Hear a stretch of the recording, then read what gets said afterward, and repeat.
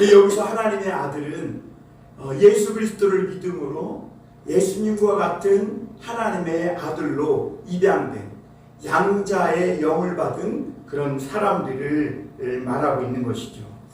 여러분, 동물농장 같은 이 프로들을 보면요, 동물도 태어나자마자 이 주인이 젖을 물려주고 쓰다듬어주고 사랑해주면 늑대 새끼나 호랑이 새끼도 그 처음 눈을 떠서 그 본 주인을 마치 어미처럼 생각한다는 겁니다. 그래서 그 어미인 줄 알고 그 주인에게 가서 막 비비고 물어뜯고, 그리고 그 농장 주인을 따른다는 것이죠. 여러분, 그런데 오늘 하나님은 온 우주를 만드시고 우리 인간을 만드셨는데, 하나님은 이 인간을 하나님의 양자로 삼아 하나님의 아들들이 되게 하셨다, 이렇게 말씀합니다. 우리가 예수 믿고 하나님을 알게 될 때, 그때 하나님의 아들이 되고, 오늘 성경을 보니까 하나님의 상속자가 된다, 이렇게 말씀했어요. 사실 우리는 원래 하나님이 지으신 피조물들입니다. 그러나 죄로 말미암아 타락하고 하나님을 등지어서 영원한 지옥의 멸망이 떨어질 수밖에 없었는데, 하나님은 그런 우리들을 사랑하셔서 누구든지 예수 그리스도를 믿으면 하나님의 양자가 될 뿐 아니라 하나님의 그 엄청난 것을 상속받을 수 있는 상속자가 되도록 하셨다고 이렇게 오늘 말씀하고 있어요. 오늘 말씀은 그럼 이 하나님의 아들로 입양된 그 양자의 영을 받은 그 하나님의 아들은 어떤 특징을 갖고 있느냐 하는 것입니다. 그리고 하나님의 아들이 나타나는 모습, 그 아들들에게 나타나는 모습은 어떤 모습인가 하는 것과, 여러분, 그러므로 우리 믿음의 궁극적인 실제가 무엇인지를 오늘 사도 바울은 이 로마서를 8장을 통해 말씀해 주고 있는 거예요. 오늘 우리가 하나님을 믿습니다. 예수님을 믿고 하나님의 자녀가 되었어요. 그러니까 이 믿음의 실체가 무언가를 말씀해 주고 있는 것이죠. 첫 번째로 우리가 볼 것은 하나님의 아들로 입양된 사람의 갖는 특징은 무엇이냐 하는 것이죠. 여러분, 옛날에 이집트의 바로나 로마의 가이사나 이런 시저 같은, 이 가이사 시저 같은 황제들은 자기들을 신의 아들이라고 했어요. 그래서 엄청난 권력과 힘으로 막 엄청난 무덤을 만들고, 그리고 많은 사람을 동원해서 막 큰 성을 쌓기도 하고, 그리고 자기 말을 듣지 않으면 압제하고 때려서 죽이기도 하고 살리기도 하는 그런 절대 권력을 휘둘렀습니다. 그런데 이 절대 권력을 갖고 막 못할 것이 없는 그런 이 황제나 바로 같은 사람들이 다른 것은 다 하는 것 같은데 딱 한 가지 못하는 것이 있었는데, 그것이 뭐냐면 이 영원히 사는 겁니다. 영원히 사는 것. 그러니까 아무리 자기를 신의 아들이라고 하지만 이 영원히 사는 이 문제 하나를 해결하지 못하는 거예요. 그러니까 이들이 아무리 나는 신의 아들이라고 막 포장하고 선전하고 막 절대 권력을 휘둘러도 절대 그들은 신의 아들이 아니에요. 그들이 영원히 살 수 없다는 것이 곧 그들이 하나님의 아들이 아니라는 것을 증거해주고 있는 겁니다. 여러분, 하나님은 세상에서 천사가 아니라 아주 연약하고 죄에 잘 넘어가고 허물 많은 우리들을 하나님의 아들로 입양하셨습니다. 그래서 여러분, 한국 사람들과 그 동양 사람들과 서양 사람들이 자녀를 입양하는 기준이 다르다 그래요. 물론 다 똑같은 건 아니지만 한국 사람들이나 이 동양 사람들은 옛날에 자식을 입양할 때 대가 끊겨지면 자기 제사밥을 못 먹을까봐 제사밥을 얻어먹기 위해서 아들들을 입양해서 키웠다 그래요. 그런데 이 서양 사람들은 아이들을 입양해서 키우는 이유가 누군가를 키우고 자라게 한다는 이 기쁨, 그 기쁨을 누리기 위해서 아이를 입양해서 키웠다 그래요. 그래서 서양 사람들은요, 장애인들도 많이 입양을 하고요, 흑인들이나 저 가난한 지역의 아이들도 많이 입양하는 것을 볼 수가 있습니다. 물론 우리나라도 요즘은 많이 바뀌어서 그런 키우는 기쁨, 누군가 이 부모를 잃고 불행할 수밖에 없는 누군가에게 행복을 주고 또 부모는 그 사람, 그 자녀를 입양해서 키우는 그 기쁨을 누리기 위해서 입양하는 경우도 많습니다. 그런데 하나님은 사실 부족한 것이 없어요. 하나님은 아무것도 사실 이 결핍된 게 없고 완전한 분이셔서 사실 양자도 드릴 필요가 없어요. 그럼에도 하나님은 우리들을 양자로 입양하여 주셔서 사랑을 부어주시고 축복하시기 위해서 하나님의 자녀로 입양을 했다고 말씀하고 있습니다. 그러면 하나님이 우리를 양자로 입양하면 그 어떤 그 사람에게는 어떤 일들이 일어나는가 하느냐는 것이죠. 여러분 세상에서 뭐 큰 대기업에 양자로만 입양돼도 그 상상 불가라고 그러죠. 하물며 우리가 하나님의 자녀로 입양됐다는 것은 우리가 이 땅에서 무언가 다 생각할 수 없는 상상 그 이상의 엄청난 것이 있다는 것을 오늘 성경은 우리에게 가르쳐 줍니다. 그런데 여러분 하나님은 오늘 하나님의 아들로 입양된 사람과 그렇지 않은 사람에게 그 나타나는 이 표가 하나가 있다고 우리에게 말씀해 줍니다. 그러니까 하나님께 입양된 사람과 하나님께 입양되지 않은 사람인지 분별할 수 있는 그 표가 오늘 있다고 오늘 말씀해 주시는데요. 14절 먼저 한번 보겠습니다. 우리 한번 같이 읽겠습니다. 시작. 무릇 하나님의 영으로 인도함을 받는 사람은 곧 하나님의 아들이라 이렇게 말했습니다. 그러니까 하나님의 아들 양자로 입양된 사람의 특징이 뭔가 오늘 하나님의 영으로 인도함을 받는다는 겁니다. 무릇 하나님의 영으로 인도함을 받는 사람이 곧 하나님의 아들이다 이렇게 말하고 있어요. 그러니까 누가 하나님의 아들로 입양된 사람이고 누가 하나님의 아들로 입양되지 않은 사람인가 그 특징이 바로 하나님의 영으로 인도함 받느냐 그렇지 않느냐에 달려있다는 거예요. 그러니까 우리 인간이 살면서 하나님의 영으로 인도함 받는다는 것이 얼마나 중요한지를 말씀하고 있습니다. 그럼 여러분 우리가 구체적으로 하나님의 영으로 인도함 받는다는 것이 뭘까 하는 거죠. 참 추상적이고 뭔가 형 이상학적인데 하나님의 영으로 인도함 받는다는 것이 과연 뭘까? 그래서 많은 사람들은요, 심지어 교회 다니는 사람들조차도 하나님의 영으로 인도함 받는다는 것이 마치 어떤 종교에 열정적으로 빠져서 열광주의가 되는 거라고 생각하는 사람이 있어요.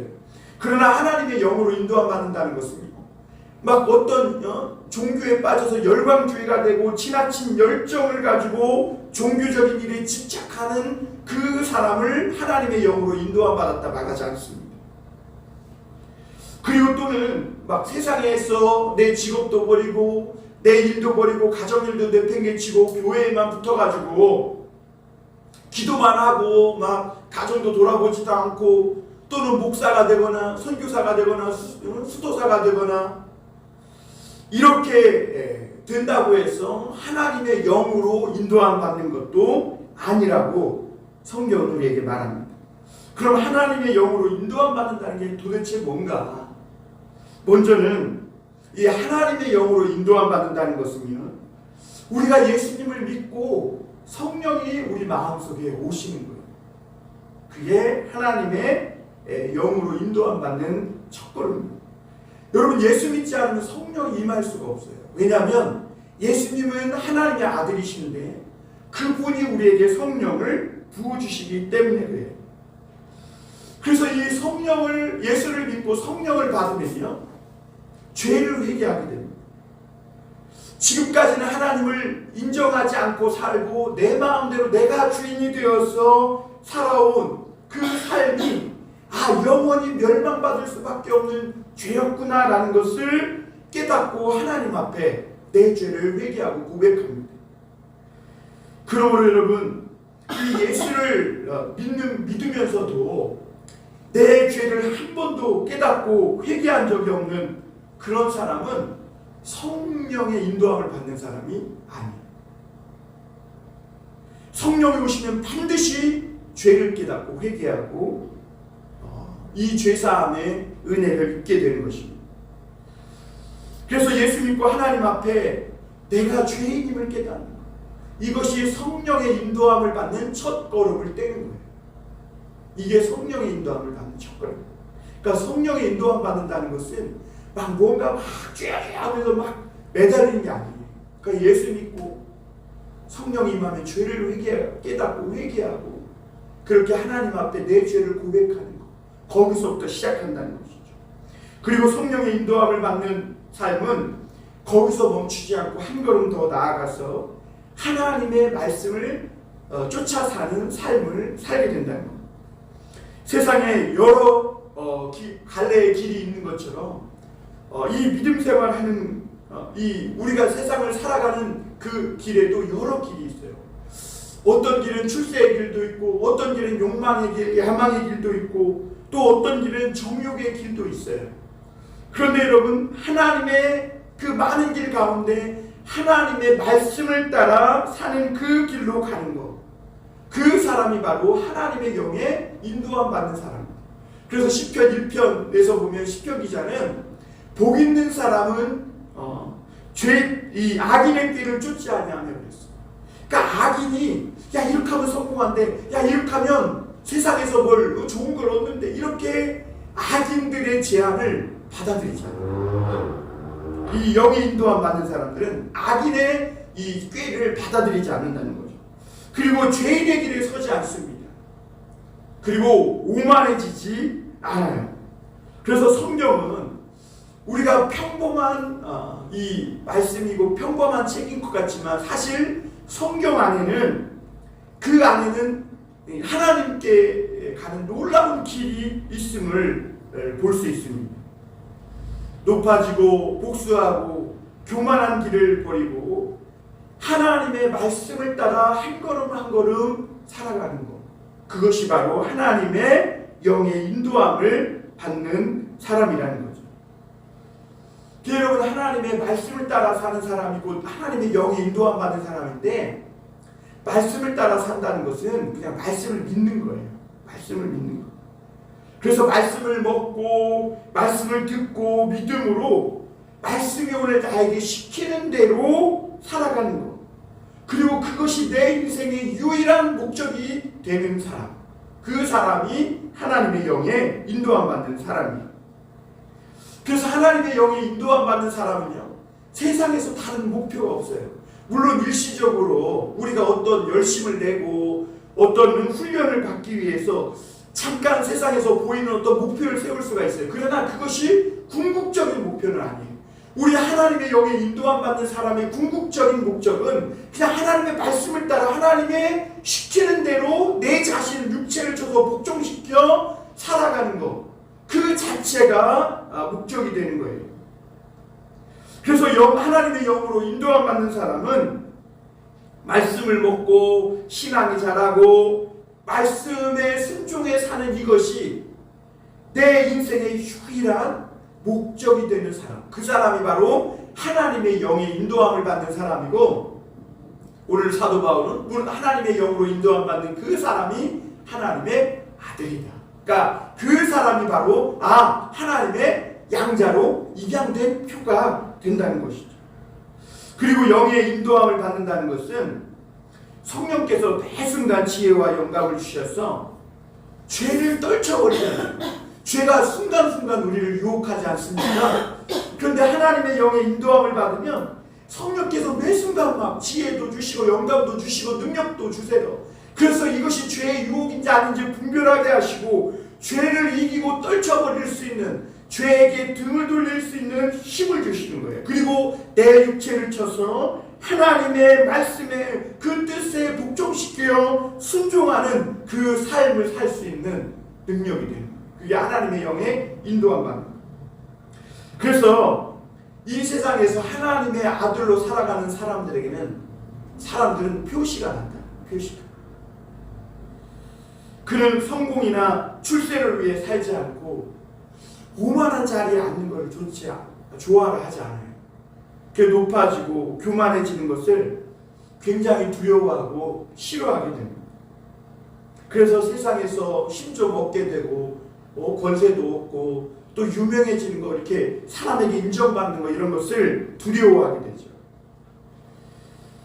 그리고 세상에 좋은 것을 가지려고 발버둥치지 않습니다. 세상의 것은 좋아하지 않지만 하나님의 사람들은, 하나님의 아들들은 하나님의 것을 사모합니다.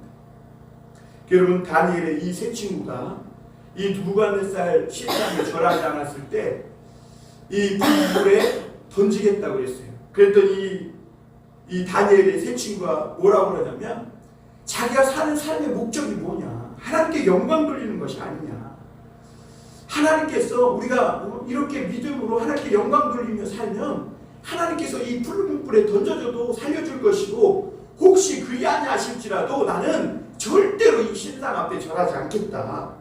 그 결국에는 어떻게 됩니까? 붉은 불에 던져짐을 당해요.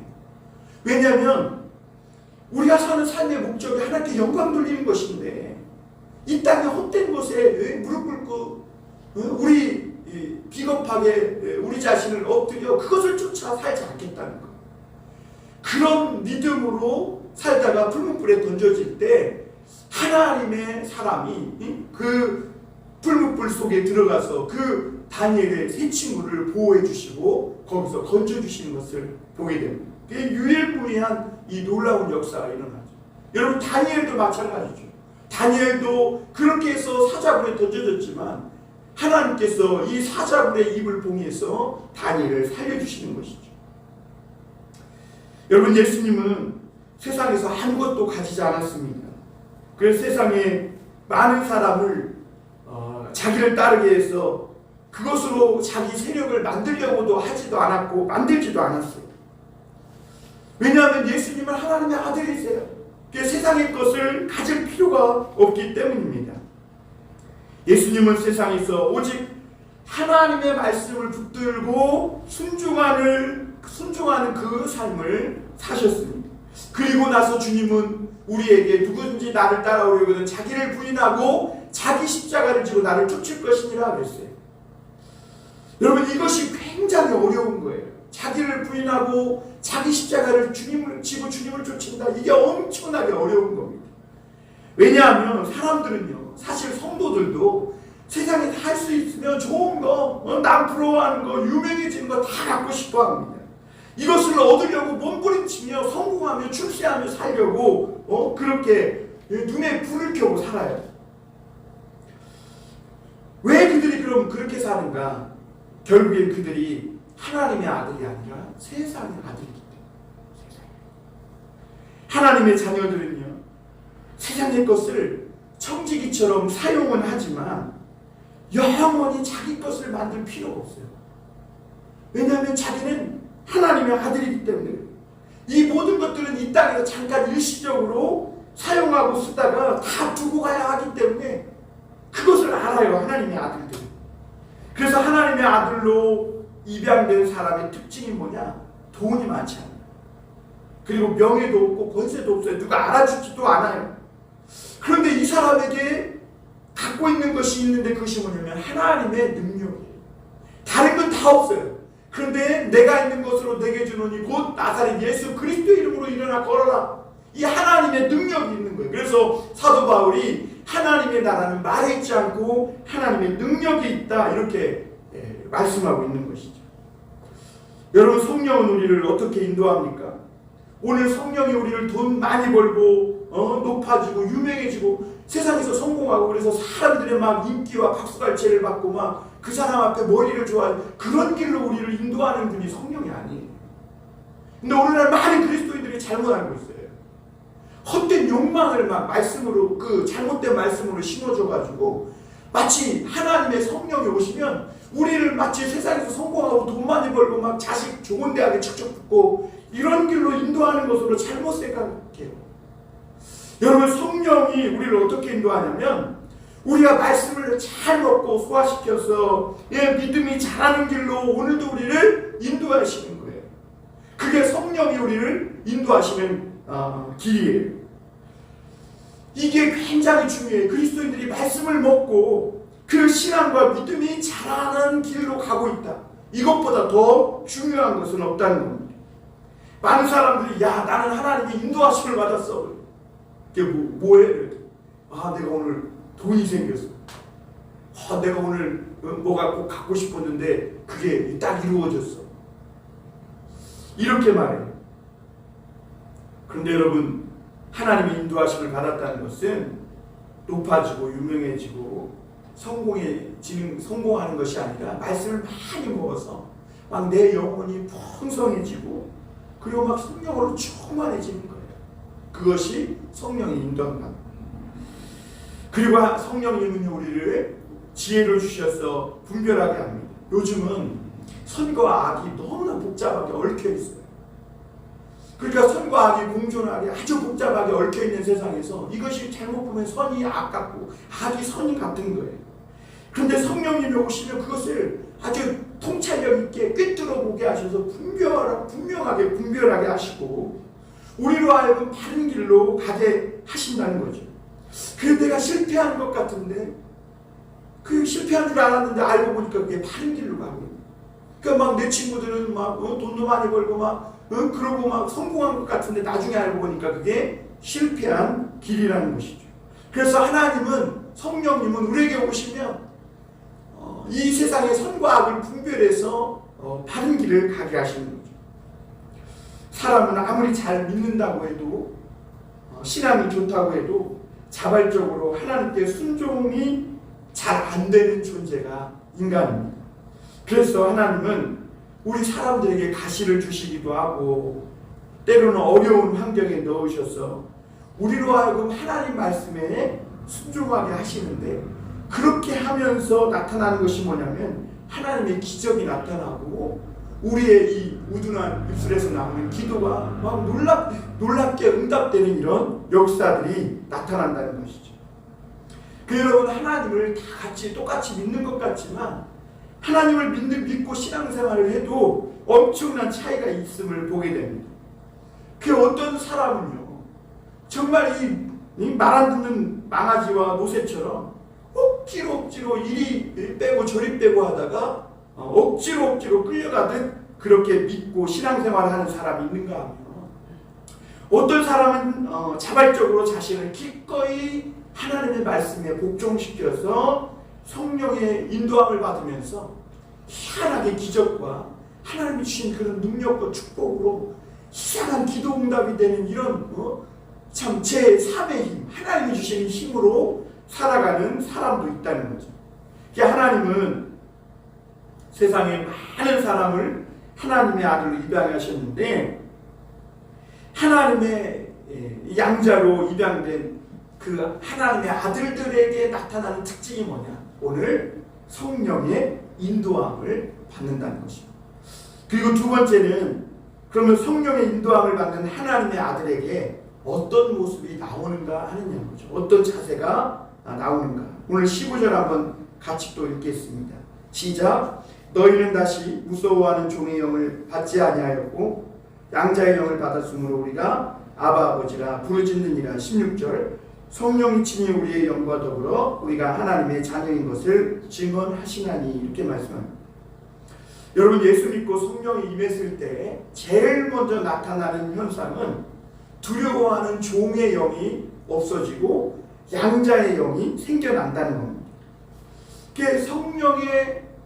성령이 우리에게 막 임하시면요 하나님을 대하는 태도가 달라져요. 그리고 자신을 대하는 태도가 달라지고 그리고 남을 대하는 태도도 달라져요. 종의 영은 옛날 로마의 이런 시대의 노예들을 한번 생각해 보면 좋은데요.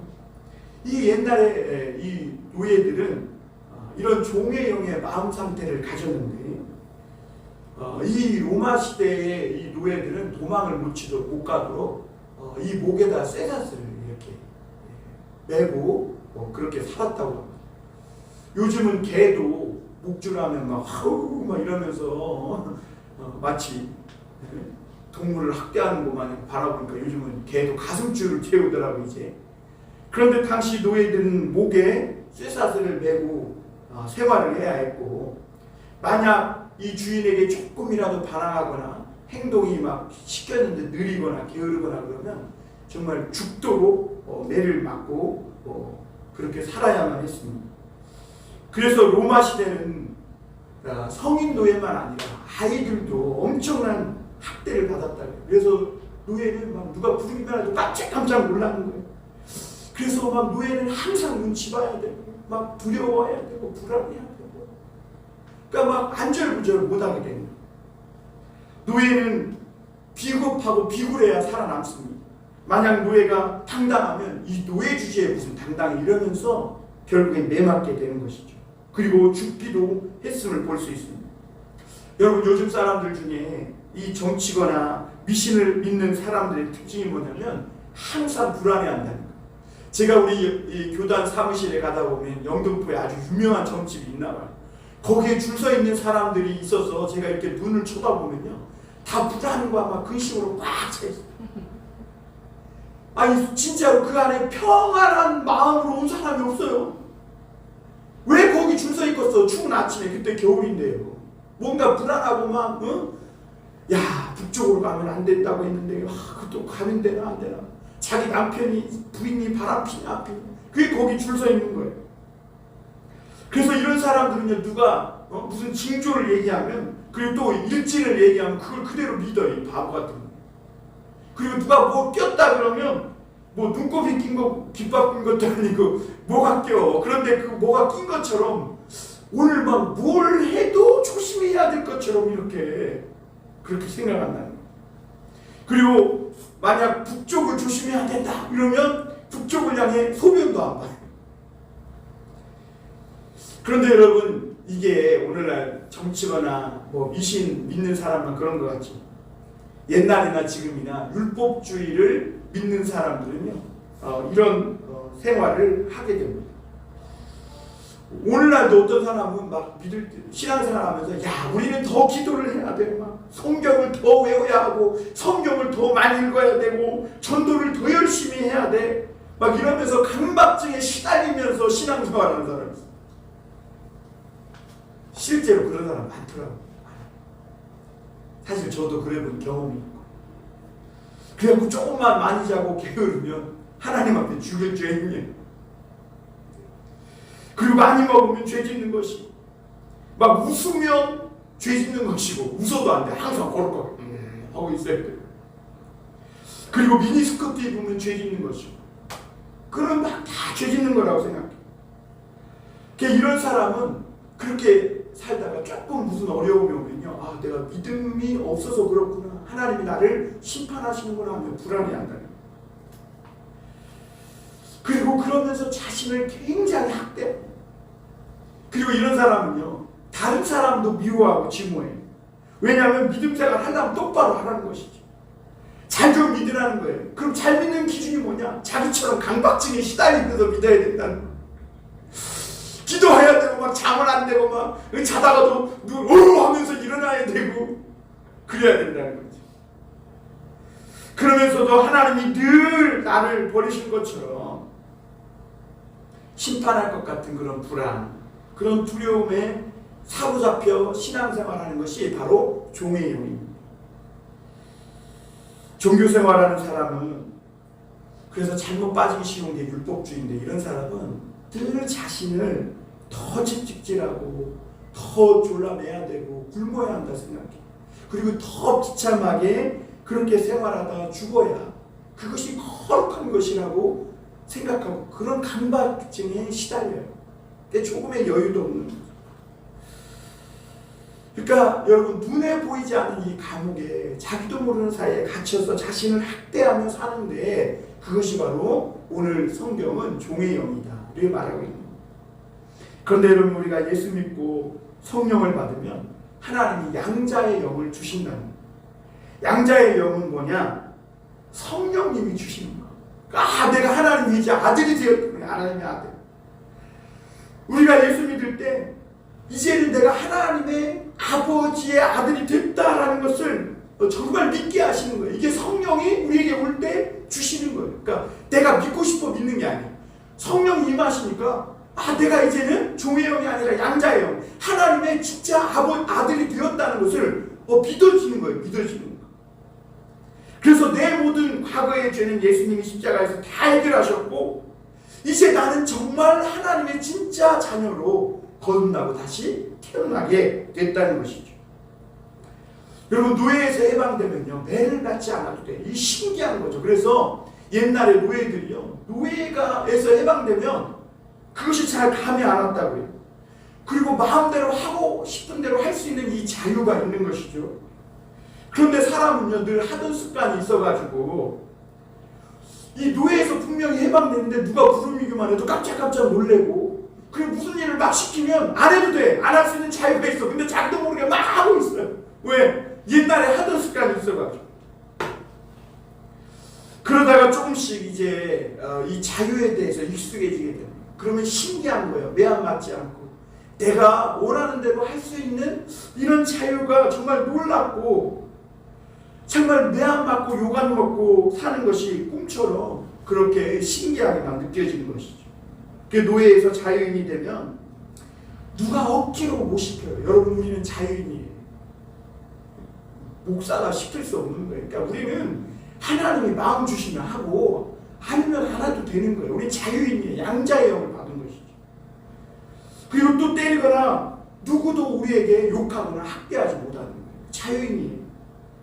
그래서 자유인은 다 똑같은 사람이에요. 그래서 다른 사람 어떤 것을 무엇을 하나도 겁낼 필요가 없는 것이죠. 여러분, 그래서 이렇게 하나님의 양자의 영을 받고 자녀가 됐을 때 하나님을 향한 태도가 달라져요. 전에는 늘 하나님이 무서운 하나님이셨어요. 조금만 잘못하면 심판할 것 같고 나를 버리실 것 같고. 그런데 예수님을 믿는 순간 하나님이 자비롭고 은혜롭고 나를 너무 소중히 여기시고 사랑해 주시는 아버지처럼 믿어지기 시작하는 거예요. 그리고 그러면서 자신을 사랑하게 됩니다. 여러분, 자신을 사랑하는 사람이 다른 사람도 사랑할 수 있는 것이죠. 그래서 하나님의 자녀가 되면 하나님에 대한 태도도 달라질 뿐 아니라 내 자신에 대한 태도도 달라져요. 이제 나를 학대할 필요도 없어요. 나를 강박적으로 막 몰아갈 필요도 없고, 내가 조금 더 쉬고 싶으면 쉴 수 있고, 기도하고 싶으면 기도할 수 있고, 그렇다고 막 주일날 빠지면 안 되고, 그런 거죠. 그래서 여러분, 뚱뚱해도 괜찮고, 내가 말라도 괜찮아요. 하나님 앞에 그냥 있는 내 모습 그대로 소중한 것이죠. 그리고 또 그런 눈으로 다른 사람들을 바라보니까, 저 사람도 하나님의 소중한 자녀구나, 자유인이구나, 저도 하나님 앞에 똑같은 이렇게 행복할 수 있는 그런 자격을 하나님으로부터 받았구나라는 것을 알게 되고, 그러면서 다른 사람을 대하는 태도가 달라집니다. 우리가 예수님을 믿으면 말씀에 대한 태도도 달라집니다. 전에는 무조건 막 성경을 많이 읽고 많이 외워야 돼. 그래서 막 무슨 뜻인지도 모르고 막 달달달달 외우고, 그러면서 막 입으로는 믿는다고 하면서도 하나님의 말씀과는 전혀 삶과 다른 삶은 다른 삶을 살고, 이것이 마치 예수 믿는 것은 착각하고 그냥 살았던 것이죠. 그런데 이제는 이 예수님을 말씀을 많이 못 외우고, 그래도 그 말씀을 한 절 한 절 막 삶에서 지키고 그 순종하다 보니까 말씀이 삶으로 체험되어지는 거죠. 그러니까 막 말씀이 소인물보다 더 달게 느껴지기 시작하는 겁니다. 그리고 전에는 늘 말씀을 취사 선택해서 막 좋은 말씀 밑줄을 긋고 막 외웠는데, 이제는 하나님의 모든 말씀이 다 아멘으로 받아들여요. 신명기 28장에 막 축복의 말씀도 아멘, 저주의 말씀도 아멘, 좋은 말씀 나쁜 말씀 가리지 않고 모든 말씀이 내 양약이고 내 양식이구나 받아들이게 되는 거죠. 그리고 전에는 막 기도도 밤새하고 그렇게 막 기도하다가 기절해야 신앙이 좋은 사람인 줄 알았는데, 이제는 우리가 그렇게 기도 안 해도 하나님 앞에 아버지만 해도 그 그냥 하나님이 기도가 막 응답되는 놀라운 일을 막 희한한 일들이 일어나게 되는 거죠. 이런 신앙생활이 신기하고 놀라운 거예요. 양자의 영을 받고 막 신앙생활하는 사람은 기쁘고 날마다 막 놀라운 거예요. 막 이야 막 기쁜 것이죠. 예수를 믿으면 두려운 것이 없어집니다.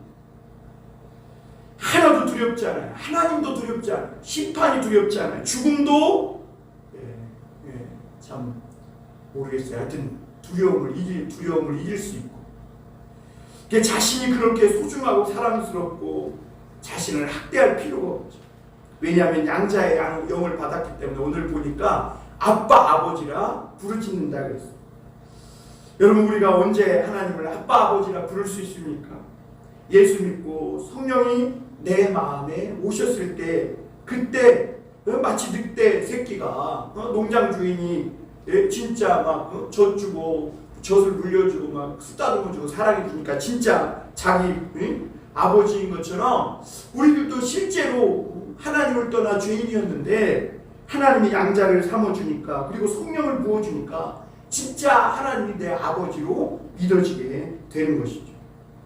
그래서 우리가 기도할 때마다 막 할 말이 없으면 그냥 아버지를 막 한 18번도 더 해. 그래도 하나님이 뭐라고 하니? 그런데 성령을 못 받은 사람들은 막 굉장히 생사화복을 막 이러면서 막 오 신이여 하면서 그렇게 참 이상한 표현들을 쓰게 된다는 거죠. 아빠 앞에서 아들은 체면이나 염치, 부끄러움, 두려움이 없습니다. 그래서 아빠라는 말은 오늘 우리 믿는 자들에게 정말 특권입니다. 오늘 16절에 보니까 성령이 친히 우리 영과 더불어 우리가 하나님의 자녀인 것을 증거하시나니 그랬어요. 그러니까 성령도 우리 영과 더불어서 우리가 하나님의 자녀라는 것을 이중적으로 증거해 주고 있다 이렇게 말씀하는 겁니다. 그러니까 우리가 예수 믿을 때 나만 믿는 게 아니라 성령께서 우리로 하여금 믿어지도록 한다는 것입니다. 전에는 안 믿어졌어요. 그런데 하나님의 말씀을 계속 먹고 성령이 우리에게 임하시니 하나님의 말씀이 믿어집니다. 그래서 하나님이 정말 살아계신 것도 믿어지고 내 죄가 전에는 용서되었다고 하지만 믿어지지 않았는데 그것이 믿어지고 성령이 임하시니까 하나님이 정말 나를 이런 못난 나를 사랑한다는 것이 믿어져요. 그러니까 성령께서 이런 믿음을 우리에게 주시는 것이죠. 그리고 또 새벽 기도회나 수련회나 또는 하나님의 말씀을 묵상할 때 성령은요 막 넘치도록 주세요. 그래서 우리에게 감당할 수 없는 은혜를 주셔서 우리가 울기도 하고 웃기도 하고 때로는 소리 지르기도 하고 그래서 막 하나님께 무엇인가를 하고 싶어서 헌신하게 되기도 하고 그렇게 된다는 거죠. 그러면서 막 기도하면요 희한하게 기도가 응답되고요 위기가 극복되고 돈 문제가 해결되고 자녀 문제가 해결되고 병이 낫고 왜요? 성령님께서 이제는 너는 내 자녀이고 아무도 너를 건드릴 수 있는 그런 건들 수 있는 존재가 없다. 그것을 하나님께서 우리에게 증명해 주시는 거예요. 우리가 하나님의 아들로 입양되었다고 당장 하나님의 나라를 받는 것은 아니에요. 이 땅에서는 우리가 고난받고 연단받으며 예수님의 그 형상, 그 모습을 닮아가는 시간을 갖게 된다는 거예요. 그래서 17절에 보면 다 자녀이면 또한 상속자 곧 하나님의 상속자요 그리스도와 함께 한 상속자니 우리가 그와 함께 영광을 받기 위하여 고난도 함께 받아야 할 것이니라 그랬어요. 그러니까 하나님의 양자가 되면 상속자가 된다고 말씀합니다. 그래서 하나님의 엄청난 이 지위, 하나님의 놀라운 기업을 다 물려받게 되는데 그런데 오늘 말씀해 보니까 그리스도와 함께한 상속자 곧 공동 상속자라는 거예요. 이게 무슨 말이냐면 그리스도가 없으면 나는 상속자가 될 수 없는 거예요. 그러니까 우리에게 그리스도가 있어야 상속자가 될 수 있는 거예요. 그런데 우리가 하나님 나라는 상속하지만 이 세상에 있는 것은 상속받지 못한다는 거예요. 우리가 이 세상에서는 고난과 연단을 통해 예수님을 닮아가야 한다고 말씀하고 있는 것이죠. 그래서 이 세상에 아무리 좋은 것 같이 보여도 그것은 우리가 상속할 것이 아니라는 것이죠. 왜냐하면 우리가 그것들을 그냥 단지 이 땅에서 쓰다가 두고 가야 하고 그것은 모든 사람이 다 함께 누리다가 다 놓고 가는 것이라는 거죠. 그러므로 이 세상에서 좋은 것이 있으면 그것만 영원히 내 것으로 만들려고 막 몸부림치며 눈에 불을 켜고 살 것이 아니라 그냥 있으면 좋게 사용하고 쓰고 다 쓰고 가면 그것처럼 좋은 것이 없는 것이죠. 그래서 여러분 오늘 예수 믿는 사람들은 중요한 것은 예수님처럼 우리도 고난과 연단을 받아야 한다는 것입니다. 이 세상에서의 성공이 진짜 성공이 아니라는 것을 배우는 것. 그것이 사실 예수님과 함께 고난받는 것이죠. 그게 정말 어렵다는 겁니다. 왜냐하면 예수님도 성공하려고 했으면요, 예루살렘 가서 제자 훈련을 하면 돼요. 그럼 똑똑한 사람들, 많은 힘 있는 사람들이 예수님의 제자가 됐을 것이고, 그러면 예수님을요 건드리지도 못해요. 힘이 있기 때문에. 그럼 십자가에 못 박지도 못하는 거예요. 그런데 예수님은 한 번도 그런 사람들을 세력화해서 자기의 힘을 기르지 않았어요. 오히려 갈릴리에 무식한 사람들에게 가서 막 한마디 가르쳐주면 두 마디 막 대들고, 두 마디 가르쳐주면 네 마디 까먹고, 무식한 이런 갈릴리 사람들을 제자를 삼아서 그들과 함께 하나님 나라를 나누고 하나님의 말씀을 가르쳤음을 보게 됩니다. 그러니 나중에 힘있는 예루살렘의 당국자들이 저는 갈릴리 출신의 무식한 선지자다 그래서 십자가에 못 박아 죽인 것이죠. 마지막으로 세 번째, 하나님의 아들이라면 앞으로 그 아들에게 나타나는 모습이 어떤 모습일까라는 것이죠. 오늘 18절 한번 같이 읽어볼까요? 생각하건대 현재의 고난은 장차 우리에게 나타날 영광과 비교할 수 없도다 그랬어요. 지금 우리가 고난받으며 사는 것과 앞으로 영광스럽게 나타날 모습은 완전히 다르고 비교가 되지 않는다고 말씀합니다. 그 고난은, 지금 우리가 당하고 있는 현재 고난은 앞으로 나타날 영광과 좋게 비교할 수 없다고 가르쳐주고 있는 겁니다. 여러분, 넬슨 만델라는 감옥에서 오랜 시간 살던 사람인데 그 사람이 감옥에서 나와서 아프리카의 대통령이 되고 그리고 세계에서 존경받고 유명한 사람이 될 줄은 아무도 몰랐던 겁니다. 여러분, 우리가 장차 하나님 앞에 서게 될 때 우리의 신분과 외모는 완전히 달라진다는 겁니다. 이 세상에서 반대로 최고라고 생각했던 사람들은 그때의 하나님 앞에 존재도 없고 나타나지도 못한다는 거예요. 오히려 세상에서 가난하고 구박받고 업신여김을 받으면서도 그렇게 하나님을 포기하지 않고 믿음으로 산 사람들이 나중에 하나님 앞에 햇빛보다 더 찬란한 빛으로 모습으로 나타나게 되고, 오히려 세상에서 큰 소리 치던 사람들은 다 숨어버린다는 거예요. 왜 그러냐면 그들이 세상에서 큰 소리 쳤지만 사실은 가짜라는 겁니다. 진짜가 나타나면 가짜는 숨게 돼 있다는 것이죠.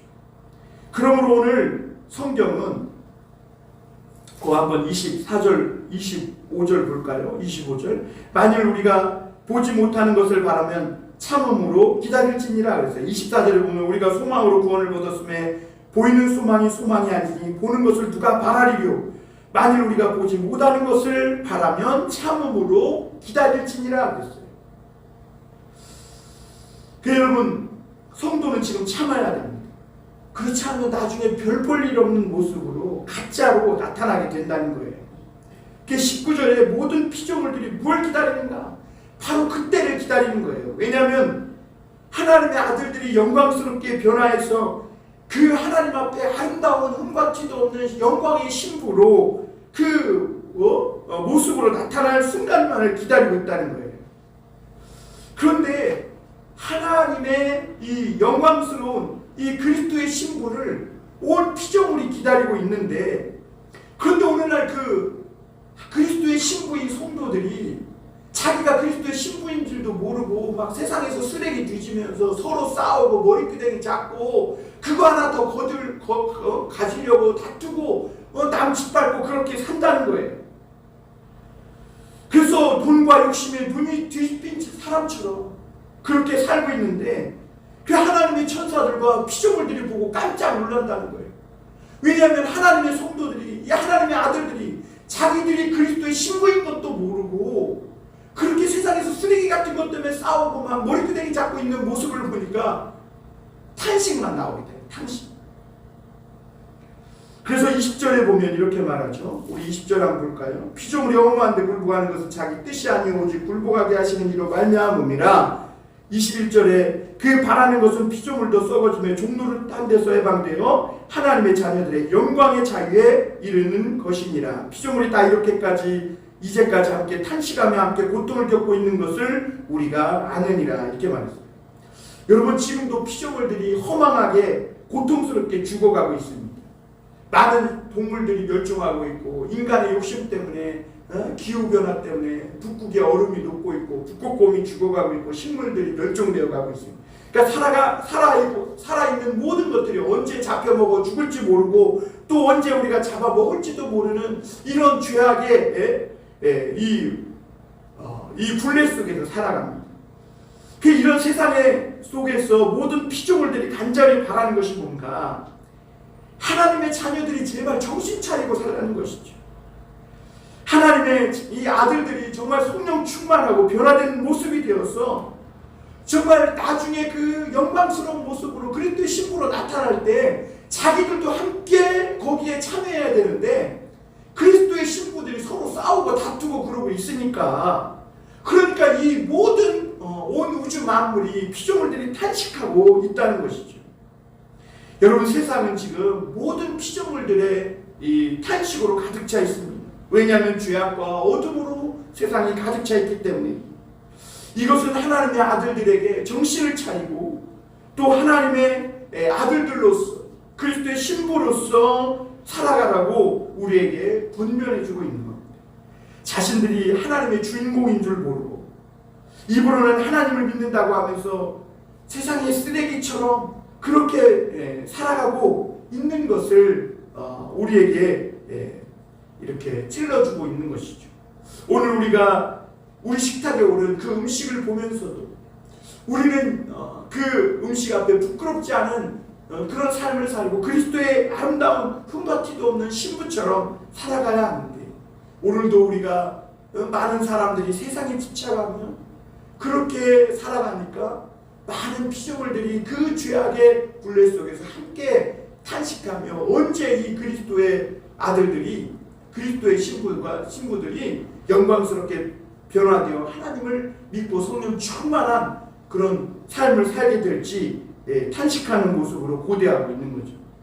하나님의 아들들은 세상의 출세나 성공이 이 세상의 야망이 목적이 되면 안 됩니다. 그것은 성령의 인도함이 아닙니다.